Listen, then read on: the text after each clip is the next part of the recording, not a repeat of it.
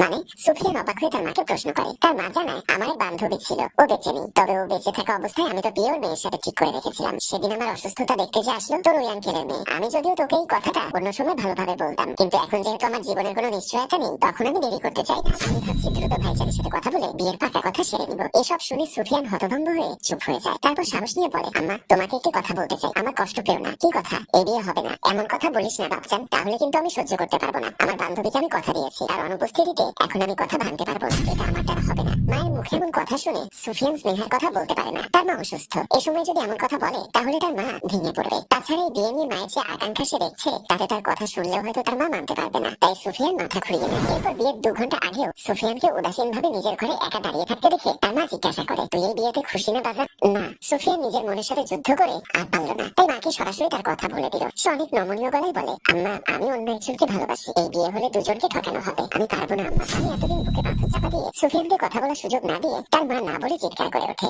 অবিশ্বাস্য গলায় বলল, আপনার কি একটু লজ্জা করে না তুষার? এতটা নির্লজ্জ কেন আপনি? তুষার জবাব না দিয়ে হাসতে লাগলো। হৈমন্তীর সারা শরীরে কেউ আগুন লাগিয়ে দিল যেন। এই ছেলেটাকে কখনো বাচ্চা ছেলে ভেবেছিল সে? এই ছেলেটাকে এত আস্ত অসভ্য পাগল যাতা। হৈমন্তী আর দাঁড়ালো না, রোষপূর্ণ চাহনিতে একবার তুষারের দিকে চেয়ে কাপড়গুলো নিয়ে চলে গেল। গালে হাত বুলালো তুষার, বিড়বিড় করে বলল, নরম হাতের কিচোর, একদম ধানি লঙ্কা। ঘরে এসে ক্লান্ত ভঙ্গিতে সোফায় পা এলিয়ে দিল হৈমন্তী। কিছুক্ষণ চুপ থেকে পরক্ষণে চোখ মুখ কুচিয়ে চেঁচিয়ে উঠল, আমাকে আর কাপড় নিতে ছাড়ে পাঠাবে না মা। এই পিচ্চি সারাদিন ঘরে বসে থাকে, ওকে কাপড় আনতে বলতে পারো না? শুনে কেটে উঠলো হেমন্ত, কণ্ঠে একরাশ প্রতিবাদী ভাব এঁটে বলল, মোটেও না, আমি অনেক কাজ করি। হৈমন্তী চোখ ছোট ছোট করে জিজ্ঞাসা করলো, কি এমন কাজ করিস? হেমন্ত বেশ গর্ব করে বলল, কেন আজকে সকালে নিজের বিছানা গুছিয়েছি না, এইটুকুই? এতটুকু বলছো কেন? বিছানা গোছানো তোমার কাছে কম লাগে? তাহলে আমি কি করি? আমার মতো কাজ করলে তো তোকে খুঁজেই পাওয়া যাবে না। একটু থেমে আবার বলল, কালকে থেকে তুই যাবি ছাদে কাপড় আনতে। বেশি বাড়াবাড়ি করলে মায়ের একটাও মাটিতে পড়বে না, বলে দিলাম। হেমন্ত ভেঙচি কাটলো, আপন মনে কি যেন বিড়বিড় করতে করতে মোবাইল নিয়ে চলে গেল রুমে। হৈমন্তীর মা রাবেয়া ওর ঘরে আসলেন একটু পরে। হাতে থাকা একটা টিফিন বক্স টেবিলে দেখিয়ে বললেন, মা তোর আহেলা আন্টি কয়েকদিন আগে পায়েস দিয়েছিল বুঝলি, এখন খালি বক্সটা দেওয়া যায় না। হঠাৎ আমাকে খেয়াল করে বলল, তুমি এসে গেছো, চলো আজকে আমরা বাইরে খেতে যাবো। আমি জেনে শুনে জিজ্ঞাসা করলাম, কেন? মজা করছো কেন? আর আমার গিফট কোথায়? এবার শুরু করলাম ভেলকি দেখাতে। ব্যাগটা রেখে বললাম, আমরা প্রতিদিনের মতো বাসায় খাবো, আজকের দিন নিয়ে তো মাতামাতি করার দরকার নেই।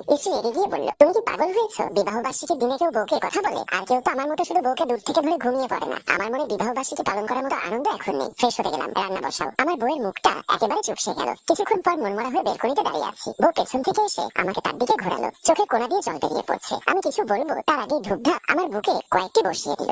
আরে কি করছো তুমি এসব? কলেজে থাকতে তোমার একটা মেয়ের সাথে ফোনে কথা হলো। আমি ভর্তি গিয়ে ভাবলাম, আসলেই তো সুমাইয়ার সাথে আমি কথা বলতাম। 3 মাস প্রেমও করেছি, পরে মেয়েটা বিয়ে করে ফেলে। কিন্তু এই কথা ওকে কে বললো? কি হলো? কোনো উত্তর নেই কেন? কি আর বলবে? ওই মেয়েটার সাথে তুমি প্রেম করেছো সে খবর আমার কাছে আছে, কিন্তু বিয়ের 1 বছর হয়ে গেল তুমি আজ পর্যন্ত কথাটা আমাকে বললে না। তাই তোমাকে আমি শাস্তি দিয়েছি। প্রথম ভেবেছিলাম আমার কাছে আসতে দেবো না, পরে তোমাকে দেখে আমার মায়া হলো। হাজার হলেও আমার একটা মাত্র স্বামী, তাই পরে আরো কিছু করার পারমিশন দিলাম। আমি এতক্ষণ অবাক হয়ে সব শুনে তারপর বললাম, আমি তোমাকে কলেজ লাইফে সুমাইয়ার কথা বলিনি বলে তুমি 1টা বছর আমাকে নিজের থেকে দূরে রেখেছো। এত কঠিন শাস্তি দিতে পারলে তোমার স্বামীকে? আমি কি করবো? আমি তো ভেবেছি আজ বলবে কাল বলবে।